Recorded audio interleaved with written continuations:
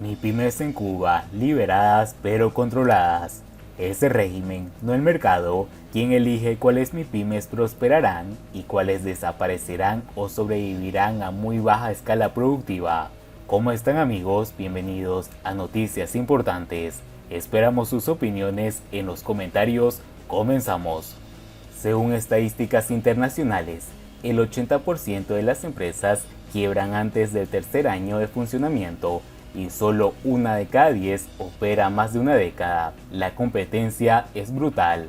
En Cuba, las cifras no llegarán a esos extremos, pues, aunque de momento se permite la existencia de pequeñas y medianas empresas privadas, no hay ni se perfila que haya una libre competencia en la isla. Es y será el gobierno, no el mercado, quien elige cuáles MIPYMES prosperarán y cuáles desaparecerán o sobrevivirán a muy baja escala productiva. Aunque ya se han aprobado 6.000 de estos emprendimientos privados, la mayoría diminutas e insignificantes reconversiones de cuentapropistas. El hecho de que tal aprobación requiera pasar por un órgano de decisión política y no esté completamente abierta a aquellos que cumplan unas normas básicas iguales a todos, implica que es el interés del gobierno quien modula los permisos para construir las empresas. Esta potestad que se reserva al gobierno es un primer filtro para determinar el número y tamaño y localización de las empresas según su conveniencia, obviando las preferencias del pueblo como consumidor. Y aunque este mecanismo de selectividad aún no se ha expresado plenamente y estén aprobándose casi todas las MIPYMES presentadas, porque todavía hay demasiadas pocas como para que haya una competencia entre ellas, sí es una receta segura para fomentar pequeños y grandes monopolios privados con su cuota de improductividad, precios altos, escasa innovación y bajos salarios, un lastre para la economía nacional. Además, ya funcionan otros mecanismos para regular la competencia según los intereses estatales. En un mercado diminuto y con tan poco poder adquisitivo como el cubano, el comercio exterior es vital para las empresas. Sin embargo, el castrismo ha declarado que su monopolio sobre ese comercio es inamovible, obligando a las nacientes MIPYMES a utilizar intermediarios estatales, lo que no solo es un coste añadido de tiempo y un impedimento para crear vínculos comerciales con empresas extranjeras, sino un gasto innecesario y una muy probable fuente de corrupción. ¿Acaso querrá el gobierno que las empresas privadas cubanas se corrompan para así tener siempre algo para ser usado legalmente contra ellas? Sorprendentemente, y aunque Raúl Castro lo marcó como línea roja del modelo castrista, este monopolio estatal ya no es tan absoluto. Algunas empresas privadas, con mucha suerte, han obtenido permisos para comercializar directamente con el exterior, una ventaja abrumadora frente a aquellas que no cuentan con tal bondad, en parte debido al cepo estatal sobre el comercio internacional. Las MIPYMES importan, según cifras oficiales, casi 10 veces más de lo que exportan, con lo que conseguir divisas es un lujo que debería estar reservado a las que mejor sirvan a la sociedad y por lo tanto obtengan más beneficios y puedan comprar más divisas en el mercado cambiario. Pero no, el gobierno se inventó un esquema secundario de asignación de divisas para proveer dólares baratos a algunas empresas privilegiadas, lo cual constituye una ventaja arbitraria que corrompe la emulación comercial. La libre competencia en un mercado justo no es un capricho capitalista o una tarea ideológica, sino el único mecanismo económico existente para que los clientes, o sea el pueblo, tenga capacidad para, mediante su demanda, asignar los escasos recursos existentes a las empresas de su preferencia y que serán aquellas que mejor les sirvan.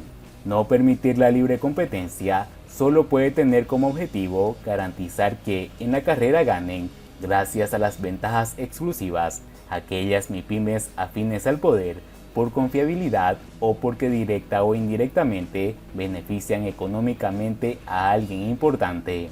No contar con la libre competencia como un mecanismo de asignación de recursos es una condena segura al lento desarrollo y al empobrecimiento, que potenciará las cada vez más notorias diferencias sociales, muy injustas por ser frutos de la arbitrariedad política y no del legítimo éxito empresarial.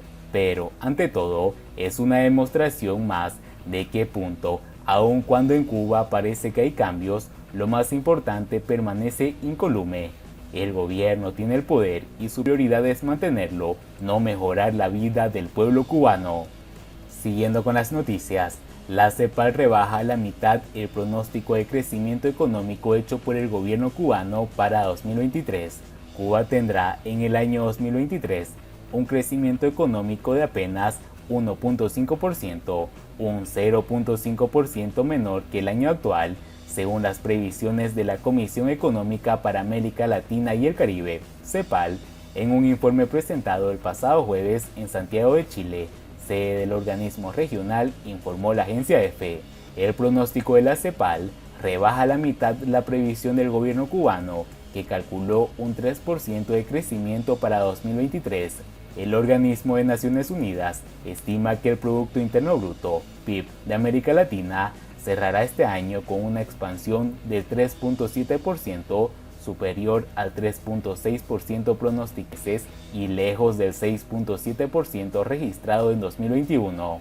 Según la CEPAL, la desaceleración comenzó en el segundo semestre de 2022 y refleja tanto el agotamiento del efecto rebote de la recuperación de 2021 como los efectos de las políticas monetarias restrictivas, mayores limitaciones del gasto fiscal, menores niveles de consumo e inversión y el deterioro del contexto externo.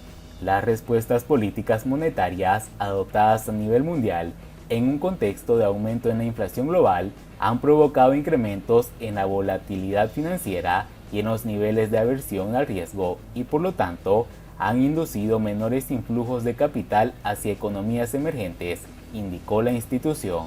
En el balance preliminar de las economías de América Latina y el Caribe de 2022, presentado el pasado jueves, la CEPAL apunta, sin embargo, a la reducción que se espera en la inflación global para el 2023, que tenderá a moderar los incrementos de las tasas de políticas monetarias de los principales bancos centrales.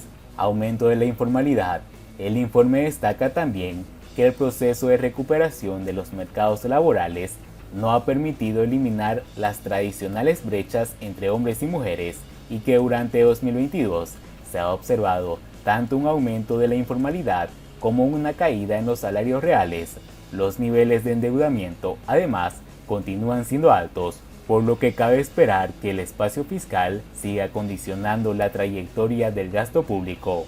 El riesgo de aumento de tasas de interés, las depreciaciones de las monedas y el mayor riesgo soberano dificultarán el financiamiento de las operaciones de los gobiernos en 2023, agregó el organismo, para evitar una nueva década perdida como la observada durante el periodo 2014-2023. La CEPAL pide políticas públicas innovadoras en lo productivo, financiero, comercial, social y en la economía del ciudadano. Y bien amigos, así vamos terminando las noticias importantes del día de hoy. Por favor, nos ayudarían mucho compartiendo las noticias y así poder informar a muchas más personas de la verdadera realidad en Cuba. Patria y vida mis hermanos, nos vemos en el siguiente